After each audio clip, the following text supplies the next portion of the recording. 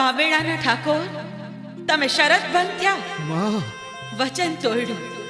હવે હું અહીંયા ભાવેણાના સીમાડે રાજપરાના તાતણિયા ધર્યા આસન વાળું છું. હવે મારાથી નહીં હલાય. માં માં મેં ભૂલ કરી માડી, મેં ભૂલ કરી. પણ માં, મારું ભાવેણા અહીંયાથી હવે વધુ દૂર નથી. દરબાર, આયા મારું દેવળ બંધાવજો. હું મામડિયાની ખોડિયાર તમારા રખોપા કરીશ.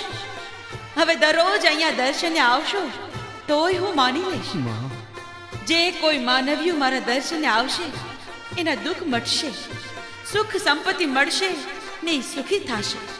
ભલે માં,